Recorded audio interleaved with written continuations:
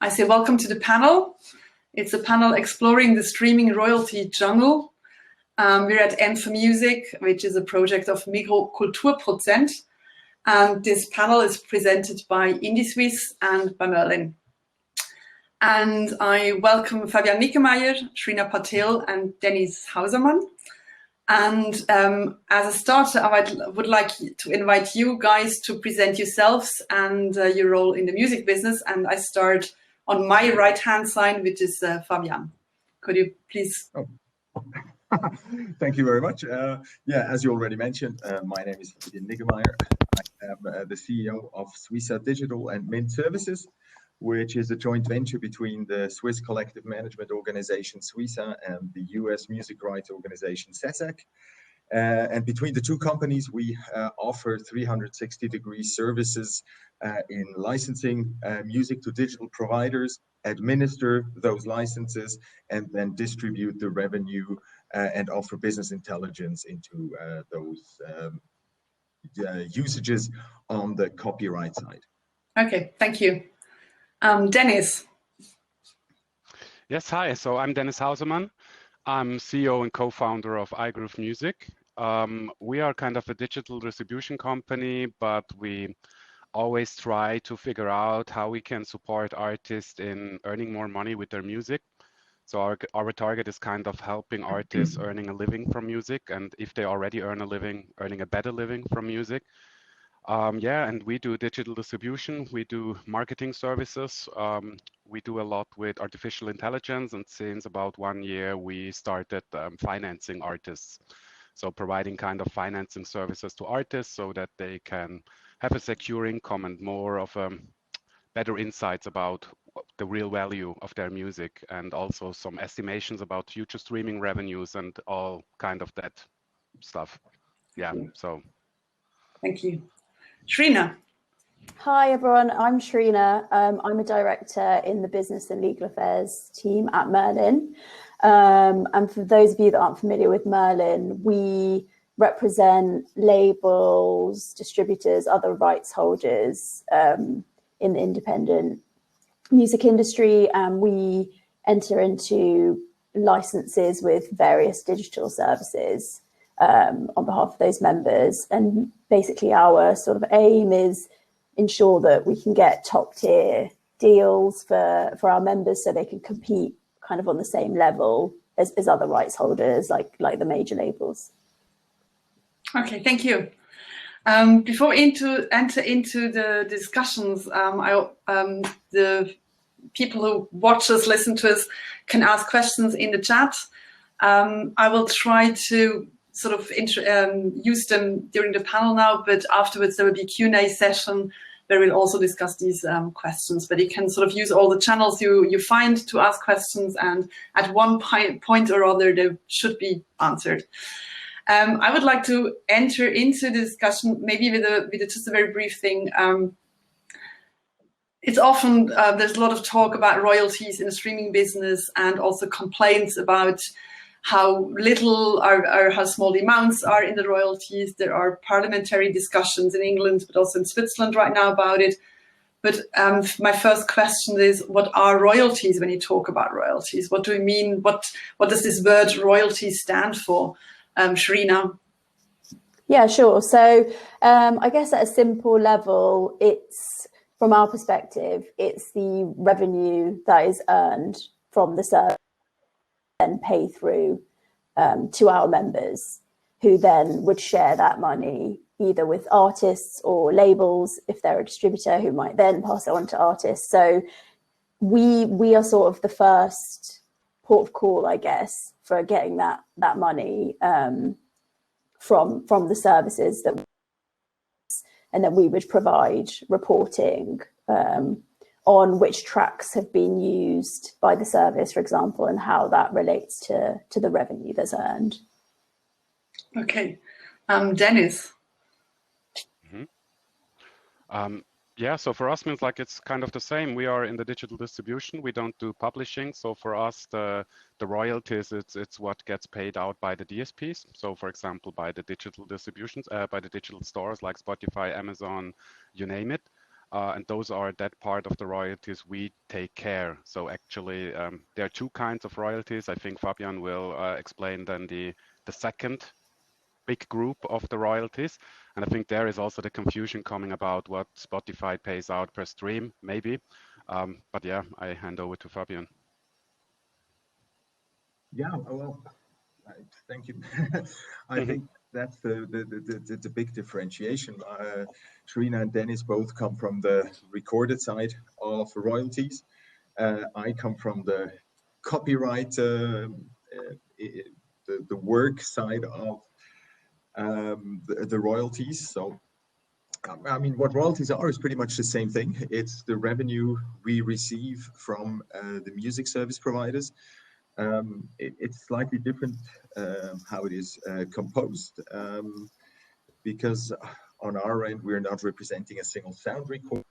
We are representing certain authors or publisher that hold a right to the composition that is embodied in this sound recording. And if that sounds complex, then welcome to my world. I think it's a welcome to all our worlds. So I can say royalties is like an expression that means licensing revenue on one side for the rights of the composers, and on the other side, on the recording artists' side. It's like these two pots of royalties. How does licensing work for authors or publishers, Fabian? How do you ensure that money from Spotify gets to a certain composer? That depends. Basically, we have the contract in place that we negotiate with the services. Through our database, we can identify who are the authors or the publishers that hold rights to those compositions. And if they are represented by us, we then will invoice these revenues and distribute the publisher share directly to the publisher and the author's share directly to the author. There are slight differences between performing rights and mechanicals, but we're not going to go there. If anyone has a question about that, you can ask that in the chat. But basically, that's how we then distribute the money. Our customers mostly are not the authors themselves. Our customers mostly are collective management organizations such as Suiza, such as SOSA, or AKM, GEMA, SACEM in France, and well, they're not a customer of us, sorry, but these are collective management organizations. And on the other side, Anglo-American publishers are also participating directly or joining us directly, and we then distribute their revenue to them. So you're like an intermediary. You're not directly linked to the author as the original right holder. Not necessarily. It happens, but that is very rare. Most of the time, we are an intermediary, facilitating things. We just had this morning a discussion in one European country. The government authorities expect roughly 10,000 authors to negotiate themselves with Spotify. And neither Spotify nor the authors would really appreciate that situation. So our job is to have more value, so that's beneficial for Spotify or for all the music services. Instead of negotiating 10,000 times, they only have to negotiate once. And on the other hand, you can negotiate a better rate if you represent more than just 20 songs, if you're a couple of thousand, 100,000, millions of songs. So these are that's where the service is basically beneficial for all sides, music services on the one hand side, and also the rights holders on the other side. Okay. Now we've talked about the composer side. How does it work on the recording side? I'll maybe start with Dennis because I'm sort of going in circles.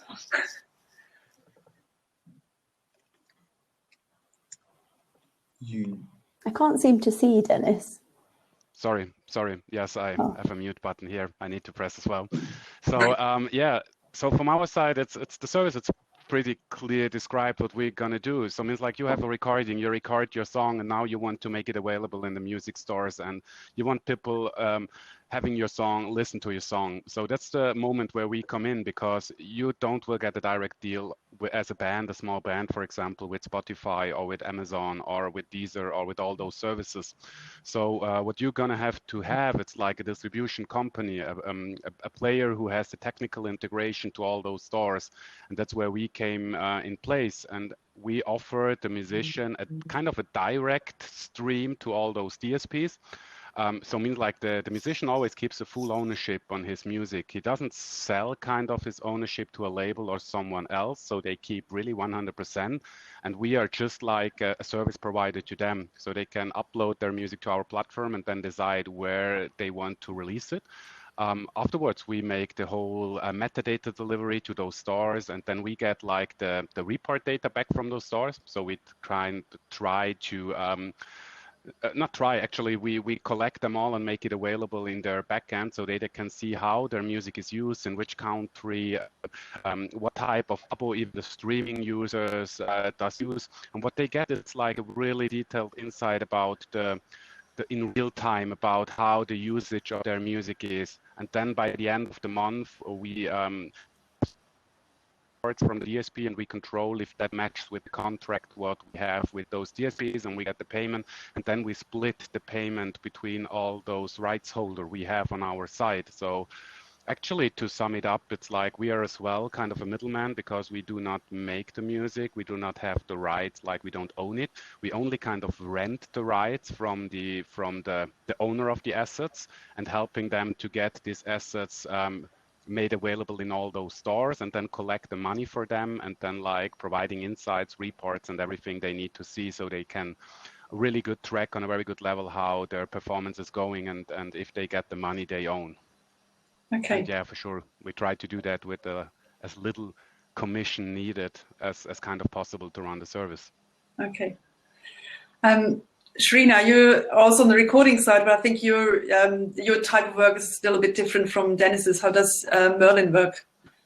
Yeah, sure. So what we do is probably more comparable to what Fabien was describing, but on the recorded music side. So Merlin sort of creates efficiencies on both sides. So it's one partner that the digital services can use to license music from our members.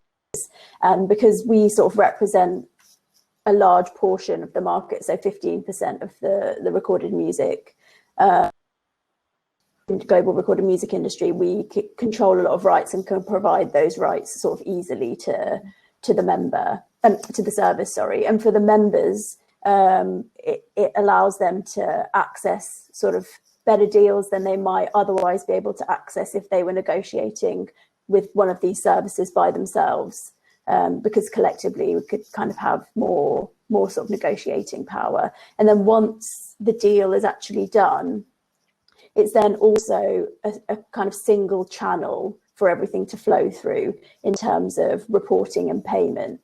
So the reporting of the usage reporting on the service will come to Merlin, the payment, and then we can easily share that out between our members. So the service isn't having to, report to this hundreds of members separately. Mm-hmm. I've heard the word negotiate several times now from different people here in the panel. So Shrina, so you can actually negotiate deals. It's not with the DSPs. How does that work normally? How can you imagine how you negotiate contracts like that, and what are the challenges you face, or what are the advantages you have in your position? So yeah, it depends, I guess. There are different sort of deal structures, but if it is that it's kind of a free market sort of negotiation in a way, so there's generally no sort of set rates or anything that we need to follow, which kind of allows us to get a better deal, I guess, collectively, because of the rights we're sort of bringing to the table. So yeah, there's always going to be sort of challenges from the service, you know, as in any kind of negotiation, that they'll want the rights for as kind of cheap as possible. But then I think over the years, because we've sort of built partnerships with the digital services, so it then becomes a more kind of collaborative process, because it's kind of tried and tested. You know, they can see the sort of rights that we're bringing to the table and what we can kind of offer them. So yeah, I think over time it's kind of become more collaborative. Dennis, how is it working for you? Do you negotiate as well, or do you have, because I think you're the only intermediary, did I understand that right?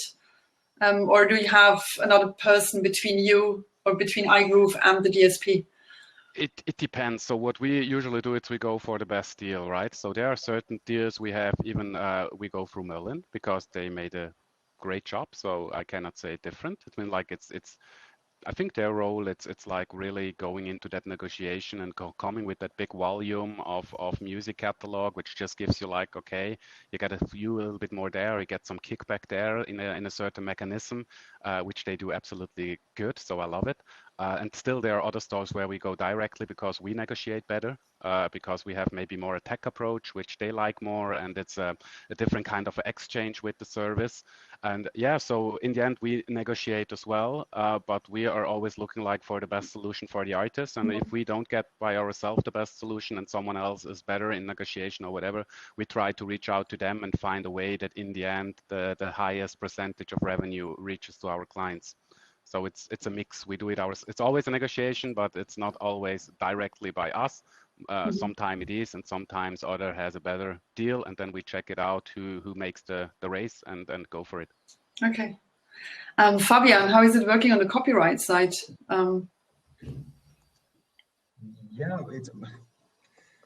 I think the copyright side, again, it's slightly different, and it's a slightly different challenge as well, because even though a recording in the digital world is not a tangible good, but it's kind of an essential good. So every music service knows I need the recording or I don't have any music. I mean, you can write the names of songs, but if you don't have the recording, there's nothing to offer.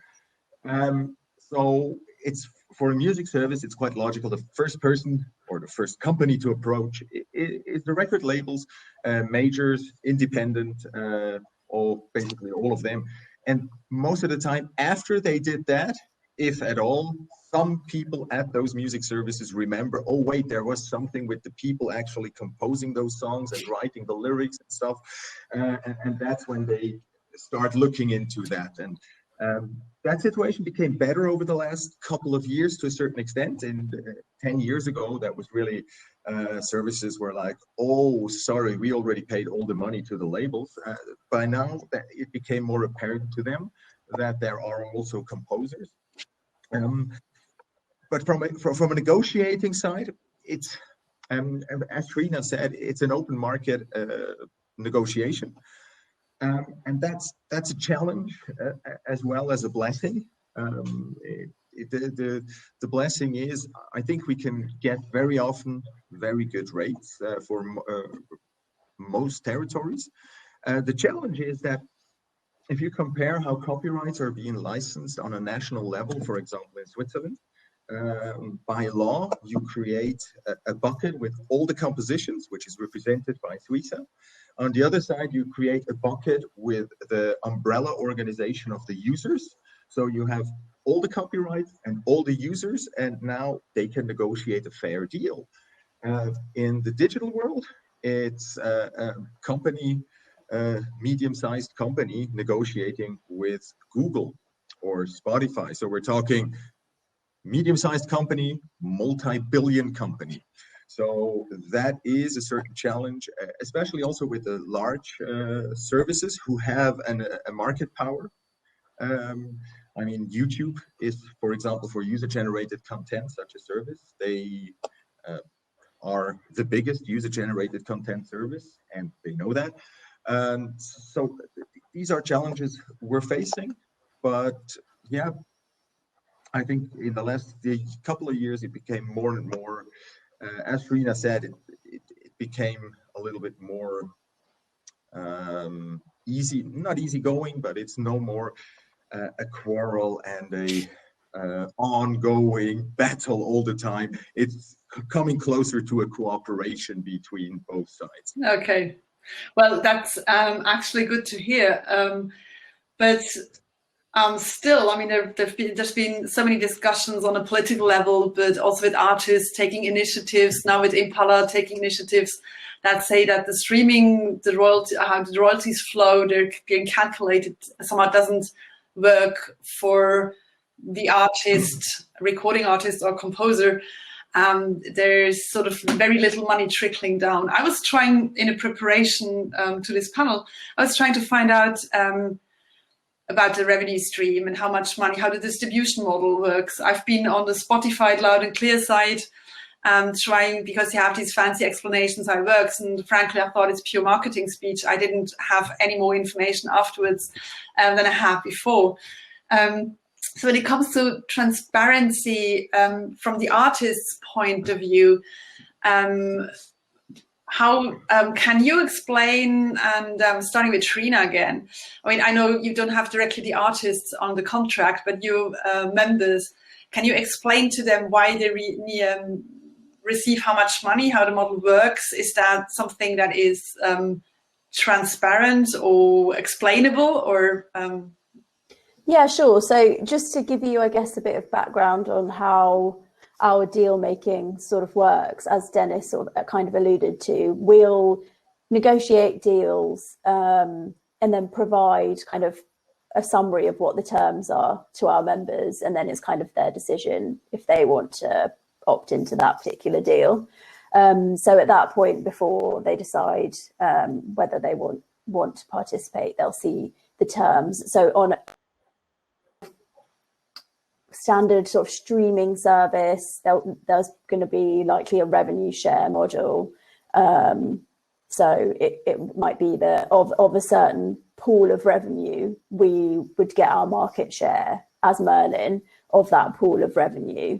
So that would be kind of transparent up front. And then once the music is actually on the service, we would get reporting on how many tracks a certain label or distributor has, what's the usage of those tracks in that particular month. So then that will then be shared with the members as in addition to their payments, so that they can see where the money's actually coming from. And then that's kind of then for them to decide how they want to share that on with their labels and artists. But if there's clear kind of royalty reporting like that, they can replicate that as they pass it on, so they can show their artists kind of where it's coming from.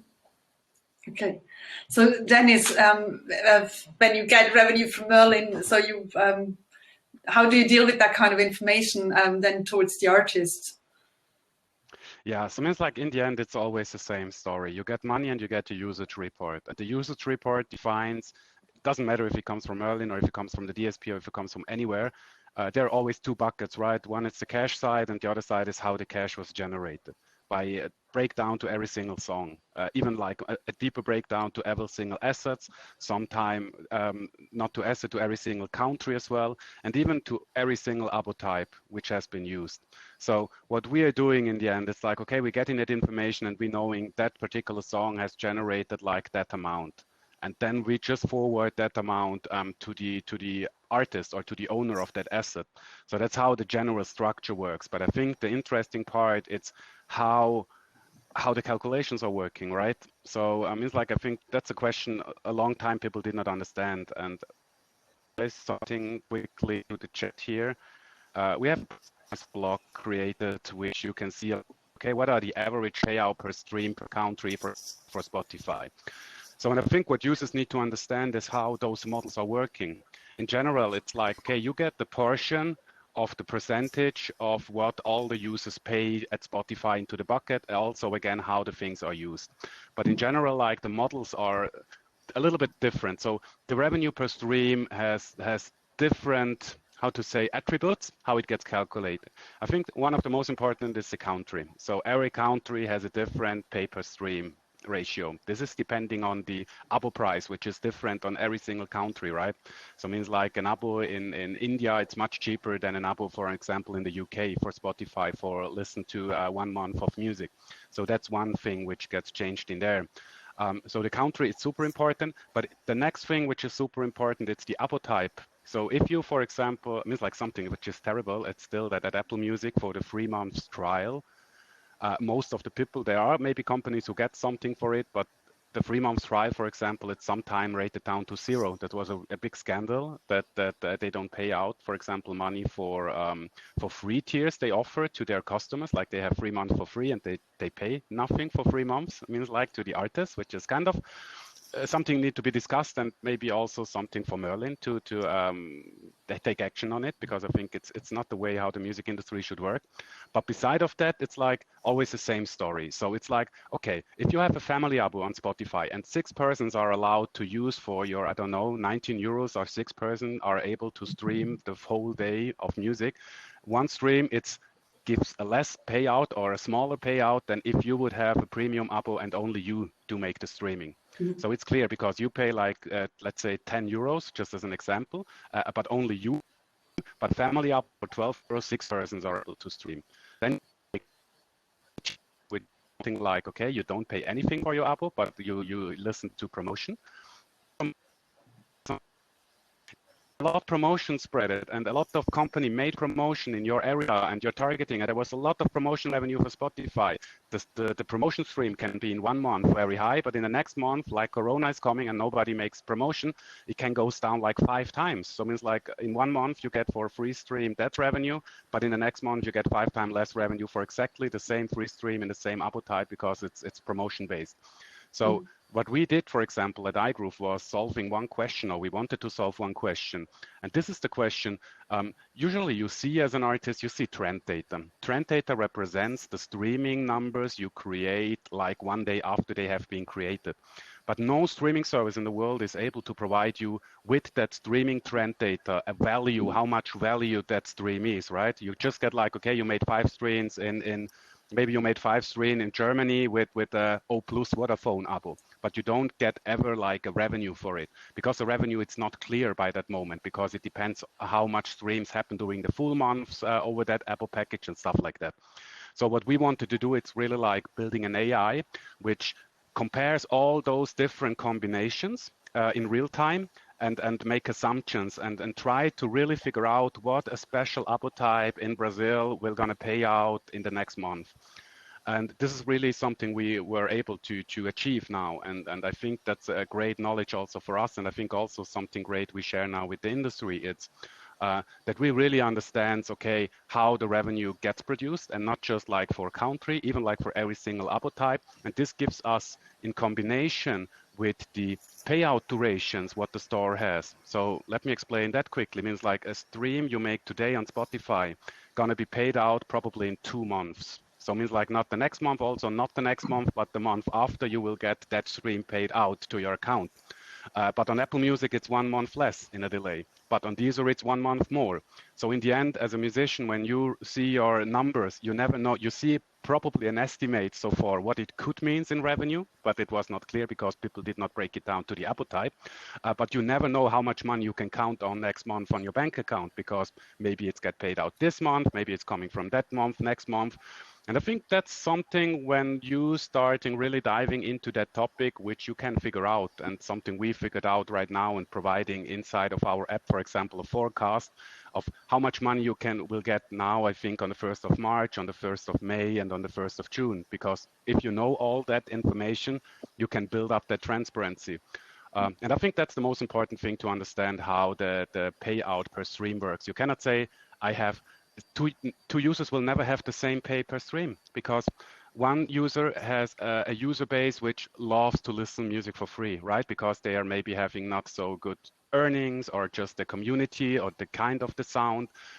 It's based on free, it reflects more to free abos. And another user in the same country makes music where probably his fan base has a higher age, and they are willing to pay, and maybe they don't have families or whatever and don't use family abos. So that's the reason why you can never say like, okay, one artist gets the same pay per stream as another artist. And what I can see from our side is like they are artists making super great revenues because they have a super great audience which is willing to pay and having a heavy repeat on certain songs and listen to those songs again. And then there are others making the same streaming numbers but earn like 3 times less maybe than the others. So you should have a middle-aged fan base with money and no kids. And a lot of people, and they should listen every day, like 10 times to every song you have, and then you're gonna be pretty rich. Okay. So yeah.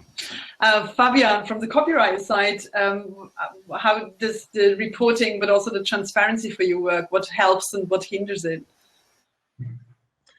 I think that improved a lot. I mean, we started 4 years ago, and in the meantime, or we started from the beginning, we were able to provide pretty much, as Dennis said, we provide all of our clients with which DSP, in which of the service tiers, so free or subscription or family, in which territory, how many streams. So I think that's very transparent, but the problem comes in exactly where Dennis said, you know, another problem is exactly on a free service. For example, if we look at YouTube, I had a conversation with one author. They had a song that was viewed over 5 million times. So you should assume that they get quite a lot of revenue. Unfortunately, you only get revenue if there is an advertising played before that song. And whether there's an advertising being played or not depends on how strong is the market where the song is being played. Is there even enough advertising? In Switzerland, pretty strong advertising market. There's quite some good revenue. I just looked at our list. The lowest advertising revenue is Kazakhstan. So there's very little revenue even there. And then on top, if you are being viewed, whether there's advertising does not depend on your music. It depends on the person watching. So we created, the digital music created that environment that if you make music for, as you mentioned, Chantal, between 29 and 49-year-old people with good income, people that like that music, there's a high chance that you get some good revenue. If you're more on the older age group, or if you're on the younger age group, well, there's a lot of advertising for kids as well, just to annoy the parents. But aside from that, if you're, it's difficult to get to that revenue. And that is, I think, one of the challenges that the whole streaming industry is facing, because it is for an author, or I think for an artist, just to say, it is annoying. It is what's the opposite of motivation? It's basically depressing if you see you have 1 million views and no revenue coming in. Now on the subscription models, we don't have that problem. You pay a subscription, and that subscription is being getting distributed over all usages. So it's not per individual user, it's all subscription revenue gets distributed over all usages. There are discussions that want to change that. I think that would be a good move, especially for independent artists. There are some studies that show that their revenue would rise if revenue would not be distributed overall, but per user. But then again, this will have also very weird results. So for example, if you have a subscription and you listen one single song, that means all of your revenue for that month is going to that single song. So there are twists and turns in all. An additional problem we face in the copyright world is a time lag. Dennis already mentioned there's 1, 2, or 3 months on the recording side. On the copyright side, that's even longer, simply because every artist, especially those who are also composers, as soon as they have a recording, cool, I upload it. Now, that means we're facing a problem because that recording is being played, it's getting reported to us, but we don't have any reporting from the author as to who's the composer, who's the lyricist, because a lot of that information is not being provided to us from the streaming service. Now, there's a big discussion. Labels are saying they are providing that information to the DSPs. DSPs are saying they're not receiving the information. That's topic for another panel. But it is a fact that in the reports we receive, there's very little of that information. And so we have to wait until the members, the publishers, give that documentation to us so that we can make those claims. And that gives an additional time dimension. So you receive, as an artist, your revenue between 1, 2, or 3 months after the usage period, and your copyrights for the same songs you receive between 6, 8, and 9 months after that period. Okay, so, but also what I understood now is if I want to calculate how many streams I need to buy me a beer, it still is basically impossible because there's so many factors influencing it, depending on my fan base, on where people listen to, what kind of models they use for that. But Fabian, you mentioned at the moment it's like, or several people said it's like a bucket where the money goes in and then it will be distributed. And there is the discussion about the user-centric model. And as a consumer now, it sounds quite appealing to me because I listen to a lot of niche repertoire from Switzerland, from India, but also film music scores, old music. And of course, I would love those artists to get the money and not artists I never listened to. Sharina, from your point of view, where do you stand on user-centric? Do you think this is something that might solve a few issues, or have you got, where do you stand on these things? Yeah, I think it's interesting. We're, open to like kind of exploring all models and seeing what is going to be the best for the industry generally. And I think the information like that and data that we've seen on it so far hasn't necessarily convinced us that's going to make a sort of meaningful change, given that obviously the pot of money is kind of still the same. So it's like, some winners and some losers. And if the results are that it's fairer, obviously that would make sense. But I think it's quite difficult to assess what would be fairer, because I think, as Fabian said, if you're a user and you listen just to one artist, say if it's like a superstar artist and that's all you listen to, then obviously that artist will would get all that revenue under the user-centric model. Whereas I think there's an argument that, especially for the independent sector, where a lot of the consumers that like independent music have broad listening tastes and might listen to a variety of genres and tracks in any given month, that's obviously then going to be split into smaller pieces. So there's kind of an argument that maybe it's not, beneficial, especially for the independent sector. But I think, we're kind of reviewing data, seeing what happens, and we just haven't yet seen anything to kind of convince us it's the way to go. And I guess everyone has to buy into it, don't they, across the board? So yeah, that's tricky. Well, talking again, because it's like what struck me is like at the moment there is a lot of, also on a political level, there are many discussions about streaming and if sort of enough royalties or enough money ends up with the artists. And so I'd like to go back to Dennis. But what do you think? Is this a discussion that we should be having, or is it just not a problem at all? Or do you think the system works fairly from the artist's point of view? Or do you have like one point where you say that this is one of the reasons why they, like in the newspapers, you can read, oh, artists get so little money?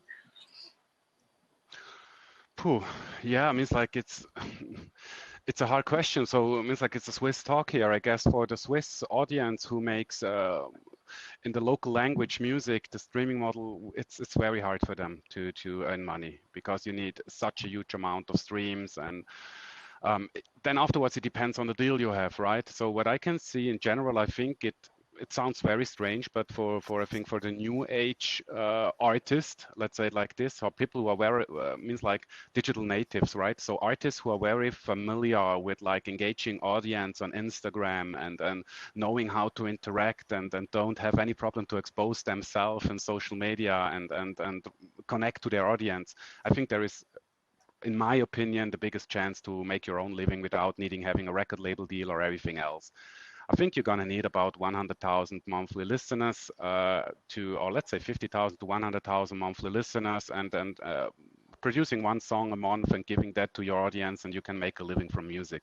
So I think it will become a very huge numbers of artists who make their living from music because of that streaming royalties. And I completely understand that for a lot of people this does not work out, because if you are not really engaged in those social media areas, if you maybe make music for people who are not so addicted also to that social media things that you promote, that you chat with them, that you engage them, that they listen to your music on a heavy repeat because they really fall in love with that, I think it's very hard. And if you don't have a huge audience like small countries, for example, like if you make music in Swiss German, it will be very hard, and I don't think that for those part of the market streaming it's a good thing. Yeah, because they listen also to other music, right? They don't listen exclusively to Swiss music, and there is where maybe the user-centric model would help those artists. So I think there is an opportunity in there. It feels for me like a little bit like Robin Hood model. Because yeah, the money goes to those who actually need it, and maybe the rich ones get a little bit less. But in the end, it's mathematics, so it could turn out into something different. And we did not have the time now to really dive into those numbers and make simulations about it. Yeah, but to sum it up, it's like it really depends on your deal. And I don't want to say anything against record labels, because we offer kind of a digital record label, and it's not really needed to distribute your music to go to a record label nowadays. And there are a lot of artists who make their living directly with companies with us. And the good thing on it is that you give a minimal share. It means like there are even services out there where you pay like $20 a year and you get 100% of all your revenues. So it means like this is really 100% what Spotify pays out goes to that artists. And we take a little fee for it. So usually for our side, it's like 8%, and we try to benefit or give a added value for that 8%. So you give us 8%, but we try to give you back much more than those 8%. And I think that's also what the labels are doing. And it's hard to say if you have an 80-20 deal and the label takes 80% of the revenue, but they do everything for you, like even like building your house. So don't ask me, I have heard stories, they're crazy. And you have to say, okay, man, they do a really good job and they work really, really hard. And when you go for 5 hours in the studio and record your song, they're going to work like 50 or 100 hours to promote it. So I think then the split, it's kind of fair, right? Because it's depending on the work. And even maybe they put you in a songwriter camp, they check for you, they even write your songs sometime, right? They write your songs, they give you your composure things and everything. So I think it's very hard to nail that down. I think what everybody should think of it's like, okay, what does my partner provides me as an added value, and how much worth is that? And if that is not in balance, then you have a bad deal, and you should maybe do something against it. To put that how to say that story based on, okay, how much Spotify pays or another service, I think that's kind of not fair, because Spotify, for example, I'm not a very big fan, but I also don't hate it. So it means like I'm very neutral, like Switzerland always is. But I really try to get that neutral view on it. And I think there are difference. It means like one streaming service pays sometimes even double of that what Spotify pays for a million stream in the same country. But on the other side, in Spotify has 10 times as much people in the local market to support that kind of artists or genre, and creating playlists and try to promote it, and have giving another size of grow as well, which the other service maybe paid a double of the price, has one person in, and Spotify 20. So yeah, it's hard to say, right? It's not just what you pay out, it's always what you get for. It's like taxes. You can live like, you can pay less taxes, but you live somewhere nowhere, or you live in a big nice city and you have restaurants and bars and a good public travel, and you pay a little bit more taxes. You need to. Okay, I see Fabian is sort of like jumping about. Are you trying to say something to jump in? Yeah, because I think the main problem, Dennis just described the main problem, and that's the streaming model itself, right? Because the subscription fee for all services is the same. the revenue percentage-wise that we and all other service providers are getting is also similar through all the services. So it's what I always say, you know, and I think that's the big flaw in the whole streaming model. We're in a situation where supply and demand do no longer work in the streaming market. You have a service like Spotify that has a high demand because they're having millions of streams, millions of users, but because the revenue remains the same, that means that the value per stream is just in free fall and plummets. In every other business of the world, the opposite would happen. And if there's a higher demand, well, also the revenue rises. In streaming, it's the opposite.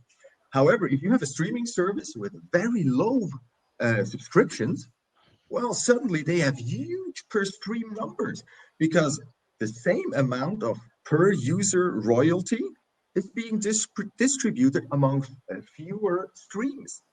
And it's and if we break that down to the user model or the general model, we end up with the same contradiction. For the user that only has one stream, let's assume that the royalty is 1 Swiss franc.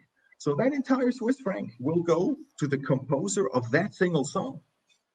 If another user listens to 1,000 songs and the royalty as well is 1 Swiss franc, well, each of those composers will only get 0.1 cent. So in other words, a higher demand leads to a lower payment. And that's the contradiction of the streaming market in itself. The more you get streamed, the less per stream you will receive. Okay. Well, it's already past. We've basically finished. We will switch over to Q&A, where you can sort of debrief and answer direct questions, etc. And so before we switch, again, I would like to thank m4music for having us and the Migros Kulturprozent for this. And I think we close this screen and go over to by sessions to the Q&A. See you later. Thank you. Bye, everyone.